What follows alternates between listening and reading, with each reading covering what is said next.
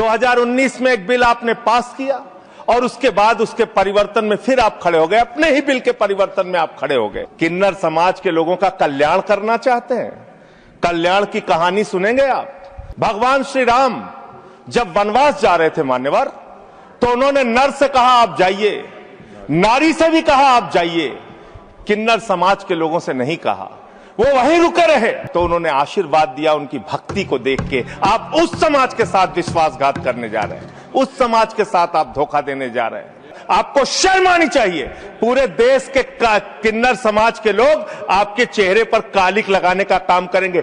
आप किसी के तो सगे हो जाओ, किसी के तो सगे हो जाओ।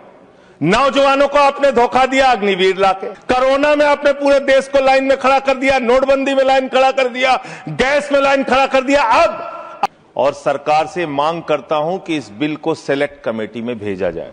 इस सदन को गर्व होना चाहिए कि 45 वर्षों के बाद त्रुचि शिवाजी ने एक बिल प्रस्तुत किया था राज्यसभा में जो पास हुआ, उसका गर्व होना चाहिए आपको। श्री संजय सिंह जी।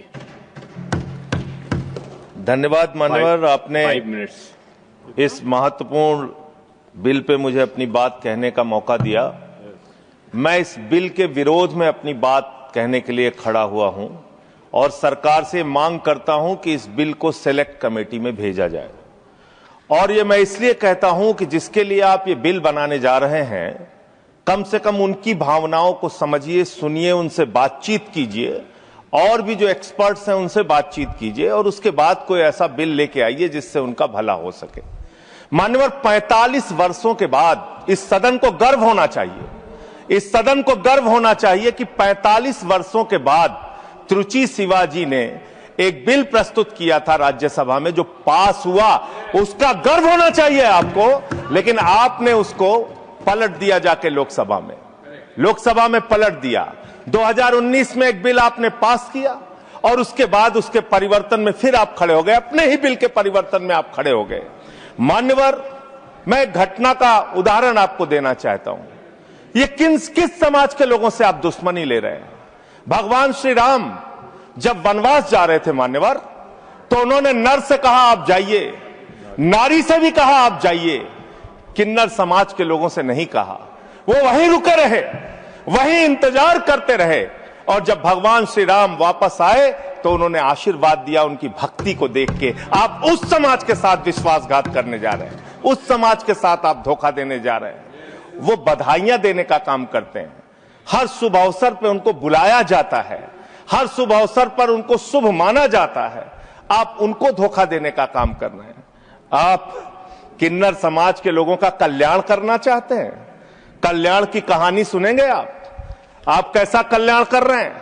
वर्ष 2021-22 में मोदी जी की सरकार ने 20 करोड़ रुपए इनके कल्याण के लिए आवंटित किया, खर्च किया मात्र 1 करोड़ 91 लाख रुपए, मात्र 9.55%।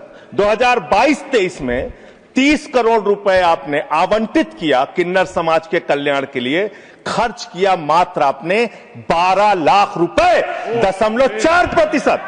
वर्ष 2023-24 में वर्ष ऑथेंटिकेट करूंगा। नहीं, प्रतिशत में थोड़ा ज्यादा है। हाँ, मैं बता रहा हूँ, प्रतिशत गलत कर 0.0 ये समय जो बोला सर मुझे दीजिएगा।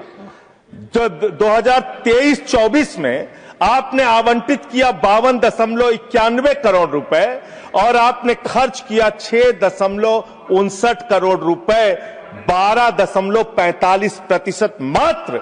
वर्ष 2024-25 में आपने आवंटित किया 68 करोड़ 46 लाख रुपए और आपने खर्च किया 5 करोड़ 14 लाख रुपए, 7.5%। आपको शर्म आनी चाहिए। पूरे देश के किन्नर समाज के लोग आपके चेहरे पर कालिक लगाने का काम करेंगे। ये विश्वासघात कर रहे हैं आप, ये विश्वासघात कर रहे हैं आप उनके साथ। हर साल आपने उनके कल्याण के नाम पर जो बजट निर्धारित किया, उतना पैसा भी नहीं खर्च किया, उतना पैसा भी नहीं खर्च किया। और इस समाज से कैसे कैसे लोग निकल कर आए मान्यवर। लक्ष्मी नारायण त्रिपाठी, जिन्होंने संयुक्त राष्ट्र में जाके भारत का प्रतिनिधित्व किया, इस समाज से मधु किन्नर निकल के आई, इस समाज से सबनम मौसी निकल के आई, जो पहली विधायक बनी मध्य प्रदेश से, इस समाज से आशा किन्नर निकल के आई जो गोरखपुर की मेयर बनी, इस समाज से जयता मंडल निकल के आई जो बंगाल में जज बनी, इसी समाज से गौरी सावंत निकल के आई जो सामाजिक कार्यकर्ता और ट्रांसजेंडर्स के अधिकारों के लिए लड़ाई लड़ने का काम जिन्होंने किया, इसी समाज से मानवी बंदोपाध्याय निकल कर आई और उन्होंने एक कॉलेज की प्रिंसिपल बनने तक वो बनी। मान्यवर, आप किसी के तो सगे हो जाओ, किसी के तो सगे हो जाओ। नौजवानों को आपने धोखा दिया अग्निवीर लाके, किसानों को आपने धोखा दिया, फसल का दाम नहीं देते, 3 काला कानून लेके आए, 750 किसानों ने अपनी शहादत दी।